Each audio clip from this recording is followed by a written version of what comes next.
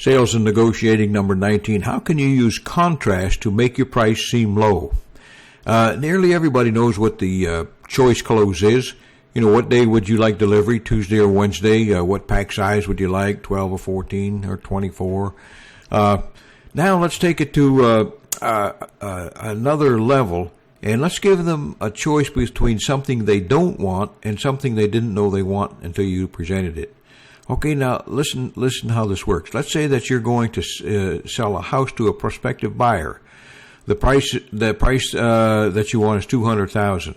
You first take them to a house that's overpriced at $225,000, and then you take them to another house that's underpriced in a poor neighborhood and it's $175,000, and then you take them to the perfect $200,000 house. And then the choice to them becomes easy.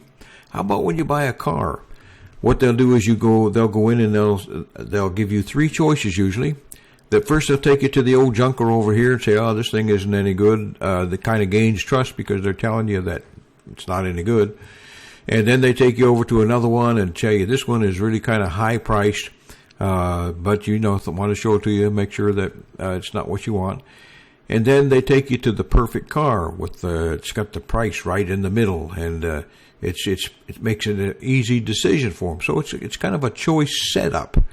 Let's say, for instance, you're going to buy a new computer system. So you go in and talk to the salesperson, and they start adding up all the things that you want, and it comes out to, let's say, $10,000.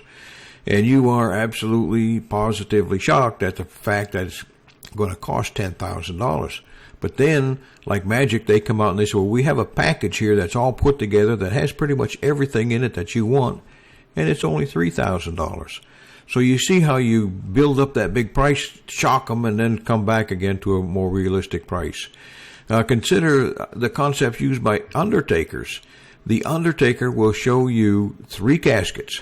And I had a salesman in Phoenix tell me about this, that he went in and they were doing a pre-arrangement so they wouldn't have to leave any burdens behind when they passed away.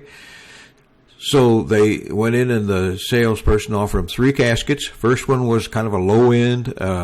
You wouldn't want to use that one. Then they take you to the other one, and it's a real high end casket. And then they take you to the third one, the perfect choice, the one right in the middle, and that's the one they want to buy. So the salesman, he told me the salesman even said, well, why don't you go ahead and get in and see how it fits, see how it feels.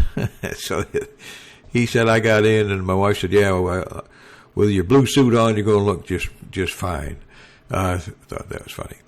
But what does this have to do to you? The next time you present a product, especially like it's an important category that you want to get, and you're usually going to take in, the sample that you want to sell them. Well, instead of taking in that one sample, take in 3. Take in a low end that they that wouldn't serve their needs at all. Take in a high end that's going to be way overpriced, and then take in the one that you want to sell them.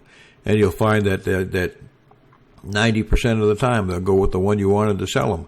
But if you went in with only that product, then you're going to start comparing it with the other companies and competitors, and you'll likely lose the sale. So with that in mind, use contrast. Use contrast when you're making a presentation, and you'll find that you have so much control over the sale. It makes it a lot of fun. So with that in mind, you make it a great day, make a great sale, increase your gross profit today, and we'll talk to you soon.